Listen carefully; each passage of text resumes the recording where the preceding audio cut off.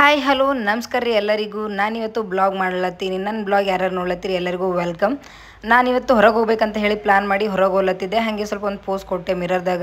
ಅದಾದಮೇಲೆ ಇಲ್ಲಿ ನೋಡ್ರಿ ನನ್ನ ಮೊಬೈಲ್ ಹೋಲ್ಡರ್ನ ನನ್ನ ಗಾಡಿಗೆ ಫಿಟ್ ಮಾಡ್ಸೀನಿ. ಯಾಕಪ್ಪ ಅಂತಂದರೆ ನಾನು ಬೈಕ್ ರೈಡ್ ಮಾಡೋ ಟೈಮಾದಾಗ ಫೋನ್ ಅದು ಬಂದರೆ ಪಿಕ್ ಮಾಡ್ಲಿಕ್ಕೆ ಆಗಲ್ಲ. ಆ್ಯಂಡ್ ಆ ವೀಡಿಯೋಸ್ಗಳನ್ನು ಮಾಡಬೇಕು ಅಂತ ಟ್ರೈ ಮಾಡ್ಲತ್ತೀನಿ. ಸೊ ಅದನ್ನೆಲ್ಲ ಮಾಡೋಕ್ಕೆ ಆಗಲ್ಲ ಅಂತ ಹೇಳಿಗಿಸಿಂದ ಅದನ್ನು ನಾನು ಫಿಟ್ ಮಾಡ್ಸೀನಿ. ಅಲ್ಲಿಂದ ನಾನು ಇವಾಗ ಮನೆ ಬಿಟ್ಟು ಆದಮೇಲೆ ಎಲ್ಲಿಗೆ ಹೋಗಲಿ ಅಂತ ಗೊತ್ತಾಗಲಿಲ್ಲ. ಹೊಟ್ಟೆ ಚೂರು ಅನ್ನಕತ್ತಿ. ಸ್ವಲ್ಪ ನಾಷ್ಟ ಮಾಡಮ್ಮ ಅಂತ ಹೇಳಿ ಒಂದು ಹೋಟೆಲ್ಗೆ ಹೋಗಿ ಇಡ್ಲಿ ಆ್ಯಂಡ್ ಒಂದು ವಡ ತಿಂದ. ಅದಾದಮೇಲೆ ನಾನು ಫಸ್ಟಿಗೆ ಹೋಗಿದ್ದೆ ಶಾಪಿಂಗ್ ಮಾಡ್ಬೇಕಂತೇಳಿ ವಿಶಾಲ್ ಮಾರ್ಟಿಗೆ ಹೋಗಿದ್ದೆ. ಅಲ್ಲಿ ಹೋಗಿ ನನಗೆ ಅಲ್ಲಿ ಏನೂ ಚೆನ್ನಾಗಿ ಅನಿಸಿಲ್ಲ. ಎಲ್ಲ ಕಡೆ ತಿರುಗಿ ನೋಡಿದ ಹುಚ್ಚರಪ್ಲೆ ತಿರುಗ್ದೆ. ನನಗೇನೂ ಇಷ್ಟ ಆಗಲಿಲ್ಲ.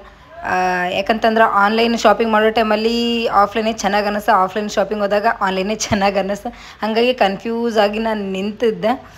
ಅದಾದಮೇಲೆ ಅಲ್ಲಿ ಏನೂ ಇಲ್ಲ. ಒಂದು ಟೀ ಶರ್ಟ್ ತೊಗೊಂಡೆ, ಒಂದು ಏನಂತಾರೆ ಒಂದು ಬಿಸ್ಕೆಟ್ ಪ್ಯಾಕೆಟ್ ತೊಗೊಂಡೆ, ಒಂದು ಕ್ಯಾಪ್ ತೊಗೊಂಡೆ. ಅದಾದಮೇಲೆ ಮತ್ತೇನೂ ತೊಗೊಂಡಿಲ್ಲ. ಲಾಸ್ಟಿಗೆ ಅದಾದಮೇಲೆ ನಾನು ಬಂದಿದ್ದೆ ಆರ್ಚಿಡ್ ಮಾಲಿಗೆ ಬಂದಮೇಲೆ ನಾನು ಆರ್ಚಿಡ್ ಮಾಲಿಗೆ ಬಂದ ತಕ್ಷಣ ನಾನು ಸೀದಾ ಹೋಗೋದೆ ಈಸಿ ಬೈ ಶಾಪಿಂಗ್ದಾಗ. ಅಲ್ಲಿ ಹೋಗಿ ಡ್ರೆಸ್ಸನ್ನೆಲ್ಲ ಚಾಯ್ಸ್ ಮಾಡ್ಕೊಂಡೆ. ಫಸ್ಟ್ ಇದನ್ನು ಟ್ರಯಲ್ ಮಾಡಿದೆ, ಆದಮೇಲೆ ಇದನ್ನು ಟ್ರೈ ಮಾಡಿದೆ ಆಲ್ಮೋಸ್ಟ್. ಮತ್ತು ಇದೊಂದೂ ಟ್ರೈ ಮಾಡಿದೆ, ಇದನ್ನು ಟ್ರೈ ಮಾಡಿದೆ ಆ್ಯಂಡ್ ಇದನ್ನು ಟ್ರೈ ಮಾಡಿದೆ. ಎಲ್ಲನೂ ಇಷ್ಟ ಅದು. ಬಟ್ ತೊಗೊಂಡಿದ್ದು ಮಾತ್ರ ಒಂದು 2-3 ತೊಗೊಂಡಿನಿ. ತೊಗೊಂಡು ಬರೋ ಟೈಮಲ್ಲಿ ಇಲ್ಲೊಬ್ಬ ಫಿಶ್ನವ ಏನೋ ಕುಂತಿದ್ನು, ಏನೇನೋ ಹೇಳಿ ತಲೆ ಕೆಡಿಸಿದ್ನು. ಹಂಗಿರ್ತದೆ ಹಿಂಗಿರ್ತದೆ, ಸುಕೂನ್ ಸಿಗ್ತದೆ, ರಿಲ್ಯಾಕ್ಸ್ ಆಗ್ತದೆ ಅಂತ ಹೇಳಿಗಿಸಿನ ಆಯ್ತು ನೋಡಿ ಬಿಡಮ್ ಇದೊಂದು ಅಂತ ಹೇಳಿಗಿಸಿಂದ ಓಕೆಪ್ಪ ಅಂತಂದು ಫಸ್ಟ್ ಬುಟ್ಟಿಲಿ ಕಾಲು ತೊಳಸ್ತಾನೆ. ಕಾಲು ತೊಳಸಿದ್ದಾದ್ಮೇಲೆ ಸ್ಲೋ ಆಗಿ ಅದ್ರೊಳಗೆ ಕಾಲು ಬಿಡ್ಲಕ್ಕೆ ಹೇಳ್ತಾನೆ. ನನಗರ ಜೀವ ಹೋದಂಗೆ ಅಲತ್ತಿತ್ತು. ಯಾಕಂದ್ರೆ ಫಸ್ಟ್ ಟೈಮ್ ಇತ್ತು, ಹೆಂಗಿರ್ತದೆ ಏನೋ ಎಕ್ಸ್ಪೆರಿಮೆಂಟ್ ಅಂತ ಹೇಳಿಗಿಸಿಂದ ಫಸ್ಟಿಗೆ ಕಾಲು ಇಡ್ಲಿಕ್ಕೆ ಅಂಜಿಗೆ ಬರ್ಲತ್ತಿತ್ತು. ಅಂದ್ರೂ ಟ್ರೈ ಮಾಡಿದೆ. ಯಾಕಂತಂದ್ರೆ ರೊಕ್ಕ ಕೊಟ್ಟಿನ ರೊಕ್ಕ ವೇಸ್ಟ್ ಆಗಬಾರ್ದಿಲ್ಲ. ನಮ್ಮ ರೊಕ್ಕ ಕೊಟ್ಟು ನಾವೇ ತಿಂಡಿ ಮುರಿಸ್ಕೊಳ್ಳೋದಂದ್ರೆ ಇದನ್ನೇ ನೋಡ್ರಿ ದಂಧ. ಅವು ಫಿಶ್ಗಳು ಕಾಲಿಡೋಣ ಏನು ಎಷ್ಟು ದಿನದ ಒಂದು 10 ವರ್ಷದಿಂದ ಉಪವಾಸ ಇರೋವು ಊಟ ಸಿಕ್ಕಂಗೆ ಆಗಿತ್ತು ಅವಕ್ಕೆ. ನನಗೆ ಎಲ್ಲಿ ಕಾಲೆಲ್ಲ ಕಚ್ಚಿಗೇಸಿನ ಖಲಾಸ್ ಮಾಡ್ತಾವೆ ನಾನು ಹಂಗೆ ಆಗ್ಬಿಟ್ಟಿತ್ತು. ನನಗೆ ಅಷ್ಟು ಕಚ್ಗುಳಿ ಆಗಕತ್ತಿತ್ತು, ಅಷ್ಟು ಗುದ್ಗುದಿ ಆಗಕತ್ತಿತ್ತು. ಅವ್ನು ಹೇಳಿದ್ನು ಇಲ್ಲ ಫಸ್ಟಿಗೆ ಹಂಗಾಗುತ್ತೆ, ಏನೂ ಆಗಲ್ಲ, ನೀವು ರಿಲ್ಯಾಕ್ಸ್ ಆಗಿರಿ ಅಂತಂದನು. ನೀನು ಮಣ್ಣಾಗ ಮಾರಿಯಾಗ ಮಣ್ಣು ಹಾಕ, ನೀನು ಮುಂಡ ಮುಚ್ಚ ಹೆಂಗೂ ₹100 ಕೊಟ್ಟು ನಿನ್ನ ಕೈಯಾಗ ಸಿಗಬಿದ್ದು, ನೀ ಹೇಳ್ದಂಗೆ ಕೇಳಬೇಕಲ್ಲ ಅಂತೇಳಿ ಈಸಿಂದ ಅವ ಹೇಳ್ದಂಗೆ ಮಾಡ್ದೆ. ಸೈಲೆಂಟಾಗಿ ಕಾಲಿಟ್ಟ.